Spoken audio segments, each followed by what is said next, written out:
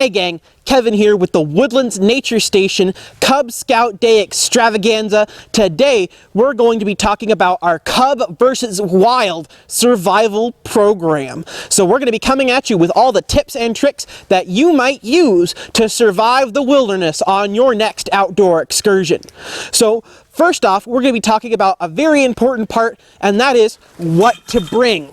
So preparedness is key for the wilderness. Even if you're going out for just a day, maybe a half a day, you want to make sure that you have the proper materials just in case you run into an emergency situation. So first off, we've brought a nice large water bottle. We're going to make sure that we're going to stay hydrated even if we're just out walking around. Hydration is important, so we're going to make sure that we have plenty of water for our outdoor trip.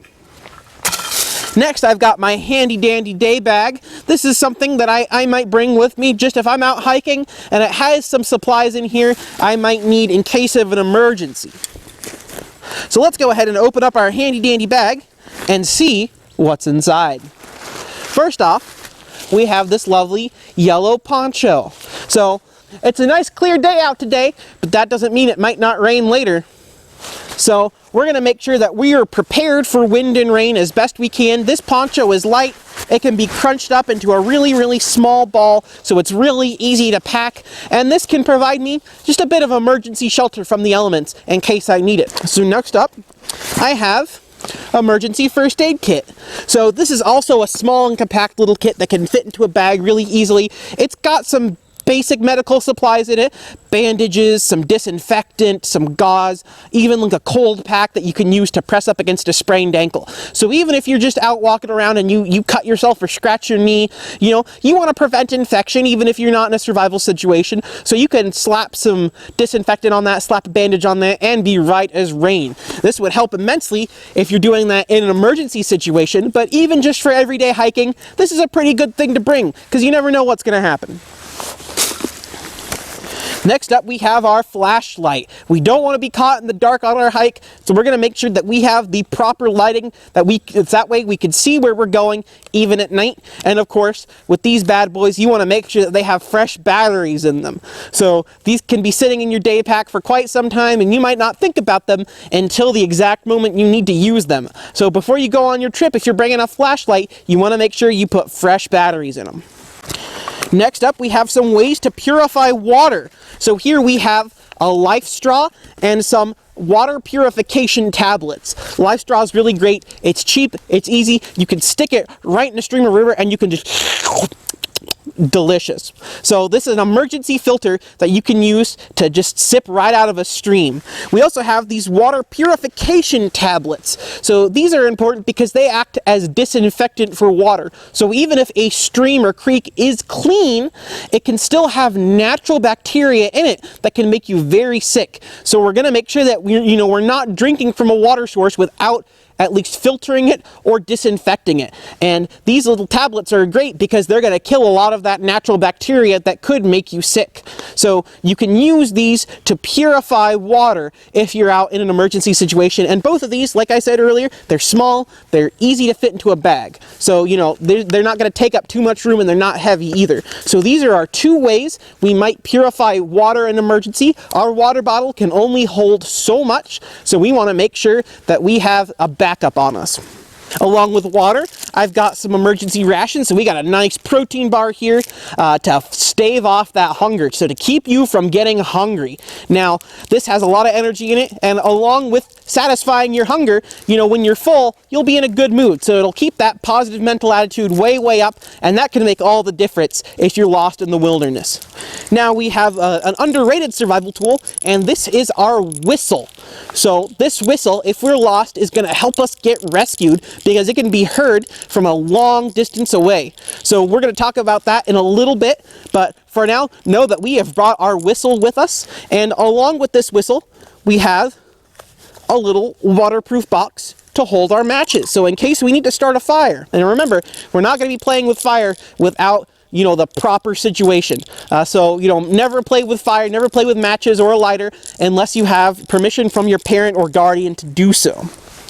So as a backup to our matches, we have this lovely little fire starter right here.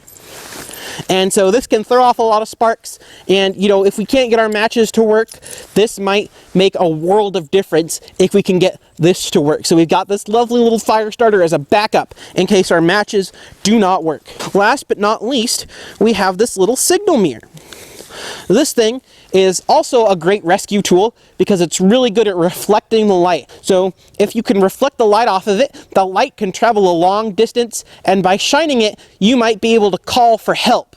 So if somebody sees your light signal, or like a passing plane overhead sees you shining your light, they might understand that somebody is lost in the woods and might be able to get help for you. So this little light signal can be really useful. And that's about it for our survival gear. Next, we're going to talk about weather preparedness. So knowing what the weather is going to be like before you go out, and knowing how to adapt to a situation where the weather might turn a little nasty. Stay tuned. Hi, my name is Nicholas. This is part 2, which is know before you go. Earlier we were talking about preparedness. We were talking about what you need to pack to plan ahead for what kinds of excursion you're going to be doing. Well, a part of that is weather preparedness. Now, you can do a lot of this stuff at home. I recommend talking to your adults. Talk to your parents. Chances are they have access to really handy-dandy cell phone apps that can tell them all the weather patterns. Chances are your grandparents, if you have access to them, probably have a pretty comfortable idea of what weather is typical in your area. But the point is, you want to research what kinds of weather patterns you might likely run into on your excursion. For instance, if you know that you're going to be going hiking in the mountains, you're going to want to know whether or not snow is a real possibility. If you live right here in Tennessee and Kentucky, well, you know that November doesn't mean snow. We're not going to get snow in November. It's sad, but that's just how it is. However, rain is incredibly likely, depending upon the year. Now, today it is a bright blue sky, but that is entirely subject to change, particularly here in Kentucky. So, for instance, today, as I got ready for work today, I looked at the weather and I realized that by the time I left my house, it was only 30 degrees outside. And as the day is supposed to warm up, it was only supposed to get to maybe 60 degrees. Now for me, that's a little bit cold, so I made sure to wear my long sleeve shirt today. And with that same kind of mentality, you want to prepare for any of your outdoor excursions. If you can see that it might get cold on a couple of nights, make sure to pack a jacket. If you can see ahead that it might rain, go ahead and pack a poncho. Now, we recommend packing a poncho even if it's not supposed to rain, because these things are useful in a bunch of situations. But it's always nice to have some awareness of what you might be getting into. Now, I did say that a lot of this work is done ahead of time. A lot of this is doing some research on weather apps, or even just watching your local news stations and watching their weather sections. You can do a lot of that work ahead of time, but I don't want to undersell just how important it is to pay attention while you're actually out in the wild. Not just to the weather, you know, right now it's a bright blue sky, but if you see a bunch of heavy dark clouds moving in, be thinking ahead about where you are while you're out on your excursion. If it's going to start raining super heavy and you might have to worry about flooding or just lots of water moving into an area, then you want to make sure that you're uphill from some of the water sections. You want to make sure that if you're going to have to build a shelter, or if you're even just going to hunker down and wait for the rain to pass, you don't want to be in a lowland. You don't want to be in a swamp. You don't want to be in a place where flash flooding is going to be another thing that you have to be concerned with. That being said, if high winds and lightning and thunder are going to be a bigger problem than your rain, then maybe not go uphill. You might want to go downhill into some of the valleys. You want to go downhill into some of those areas where high winds, potential tornadoes, those kinds of things aren't going to be as big a concern for you. Now, that being said, if you're expecting high winds and tornadoes, that's not good hiking weather. That is a whole other part of being prepared and knowing before you go. Even if you really wanted to go on that hike, if they're expecting 7 inches of rain over the course of the weekend, maybe plan your hike for a different day. Now, we're going to be covering in the next section what kinds of things you need to do if you have gone out on an excursion and now you're stuck. Now you're in an emergency situation and you need to know how to handle that emergency situation. So stay tuned, and we're going to cover that in the next section. This is our section 3, which is what to do when you are in an emergency situation out in the wild. So, as you guys can see, I am no longer up at the nature station. I have managed to get myself lost in the wilderness, and so I'm going to be showing you some of the ways that you need to behave, some of the things you need to work through if you find yourself in an emergency situation. Now, there's a handy-dandy way to remember all 4 steps of what to do in an emergency. Stop. That's the word that I want you guys to remember, S-T-O-P, and those are the 4 steps of what to do in an emergency. Now the very first part, the S of stop, is stop. So I found the trail. I'm pretty sure we're not going to go in the wrong direction for like 3 hours, I promise. Okay, well, as great as that is, and as much as I want to trust your intuition, we should stop. We should stay put. We should stay right where we are. You are a lot easier to find in an emergency situation if you stay put. If you stop and sit right where you are. That's the first part of stop. You know, you're absolutely right, Nick. If we were to wander off, you know, we might be moving in the same direction that somebody is looking for us, and so we would be moving away from them, and it would take them a lot longer to find us. Exactly. Okay, okay. So we should absolutely stay put. Now the next part of stop is to think. That's the T. We want to think about our situation. We want to think about where we are. We want to think about what we have in our prepared bag, in our day bag. We want to think about the weather, whether or not we need to move uphill. Are we worrying about rain? Do we need to move downhill? Are we worrying about wind? We need to just take an assessment. Really stop and Nick, think about our how can you situation. think at a time like this? Like, we are lost. I'm panicking. See, I'm panicking. Now the first part of think is to calm down, take a deep breath, and realize that you know what you're doing. You've got your stuff. You just need to figure out what you need to do with it. Yeah, you're right, Nick. You know, if I was panicking, I might make a real bad decision. So thanks for that. That's really helping me out.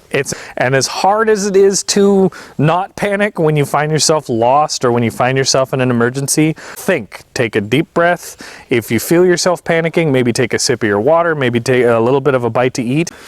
Now the next part of stop is to observe. That's the O. We want to observe our surroundings. We want to know, is there cloudy weather coming in? Are there dark clouds on the horizon? We want to know, are we uphill? Are we downhill? We want to observe, are there things in the area that might be a danger to us? Are we... Do you see that? What am I looking at? That dead tree right there. I don't think we should be under that, bud. See, that's a wonderful observation. We want to maybe not build our shelter underneath a tree that's likely to come down. We want to have an idea of what we have to work with in our surroundings. Now the P is going to be for plan. So we've stopped. You know, we know our area. We're going to stay put.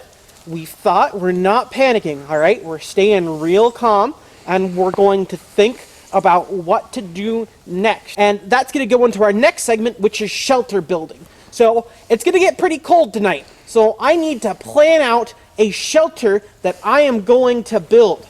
So I'm going to look around my area and make sure that I have an appropriate spot that I can hunker down for the night. You know, Kevin, I've got a part of a plan. Remember that poncho we packed earlier? Yeah. Whether or not we're expecting rain, this thing is super brightly colored and it's going to catch the wind, so we're going to have a lot of movement. Where we decide to hunker down, where we decide to build our shelter, if we're expecting rain, we can cover our shelter with this so it's still bright and easy to find, or we can make a flag out of it. We can make some way to let people know where we are, some way to get their attention. That might be useful. That's a good start to a plan there, is to use our poncho for that. Hey gang, night is coming, and November nights around Land Between the Lakes, well, they can get pretty chilly. So I've had to construct an emergency shelter. My goal here is to survive the night, survive the elements, and hope that tomorrow someone is going to come along and rescue me. Now this is a basic lean-to shelter, and you can see it's called a lean-to because it's essentially a mass of branches and sticks leaning up against a central object. In this case, my central object here is a big fallen log, and that's where I've made the base of my shelter. It's got lots of warm leaves inside, it's got lots of leaves on the outside, and I've built it with the intention for it to retain heat. So it has to stay warm enough in there for me to survive the cold. Now, this is not a permanent shelter. This is simply an emergency shelter. It's going to get me maybe through a night, maybe through a few nights. This is just to get me out of the elements for one night. And trust me, with cold like this, when you're out, even for one night, the fact that you have a nice warm shelter can make all of the difference. You can see that I have an opening for myself there, and it's covered in my raincoat, so that way the wind and rain can't blow in. So I'm going to stay perfectly dry in there. I've also built my shelter very close to my hiking trail that I got lost on, because in our next segment we're going to be talking about signaling ways to find help. So I've got myself established in an area where I want to be. Now I'm going to have to figure out how to get myself on Lost. Stay tuned. This is part 5, which is finding help. So Kevin here has been lost in the wilderness, so he has spent the night in his shelter. Now he's already kind of set himself up in a really good way. When he built this shelter, he made sure to build it near a trail so that anybody who would be walking that trail might be likely to see him as he walked by. So, good morning, Kevin. You ready to get rescued? You ready to find help? I am ready to find help. I don't want to spend another night in here. Now, we mentioned this earlier, but a great way that you can help to signal people to try and find help is to have something that's brightly colored. Have something that can catch the wind, that's brightly colored and can move around a lot. This is a great way to grab people's attention. Now, Kevin could cover his shelter with this. That's one potential use that is good for that if you know you're going to be spending the night. Another really easy, really great use for it is to tie it onto the end of a stick and make some sort of flag. Make a way that we can get a hold of somebody's attention. We can set this up above our shelter. We could wave this around. There's a lot of things that you can do with this to try and get the attention of people who might be in the area. So we've got a really easy, really simple makeshift flag here that's super brightly colored and is going to likely grab people's attention. We could use our whistle blast to get people's attention. So, in a lot of in North American mountain and wilderness areas, 3 blasts on a whistle, or usually a group of 3 blasts in a whistle, is a universal signal to find help. And we have our whistle. Luckily, we packed our whistle, and if we give it a couple blasts, and we give it a minute of silence, and then a couple more blasts, usually that tells somebody somewhere that we are lost. Blasts of 3, and then you give it a moment of silence. That not only lets other folks who might be searching for you double check that they actually heard what they think they heard, but that also gives you, as the person who's lost, an opportunity to listen for a response. They will often respond in groups of 3 as well to let you know that they heard you, they are aware of the situation, they're going to be moving towards your direction. One final bit before we wrap this up. We're going to challenge you now.